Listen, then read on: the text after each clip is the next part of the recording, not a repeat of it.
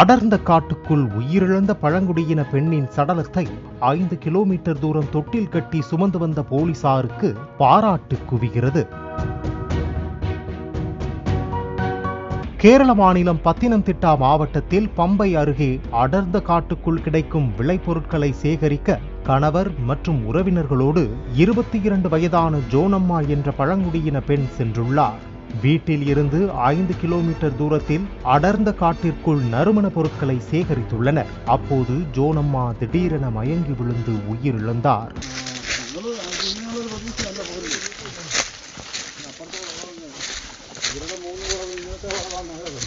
ஏற்கனவே இரத்த சோகை தொடர்பான பாதிப்பு அவருக்கு இருந்ததாக சொல்லப்படுகிறது. மனைவி உயிரிழந்தது குறித்து பொடிமான் பம்பை காவல்துறைக்கு நேரில் சென்று தகவல் தெரிவித்தார். இதையடுத்து பம்பை போலீசார் சம்பவ இடத்திற்கு சென்று தொட்டில் கட்டி ஜோனம்மாவின் சடலத்தை தோளில் சுமந்து கொண்டு வந்தனர்.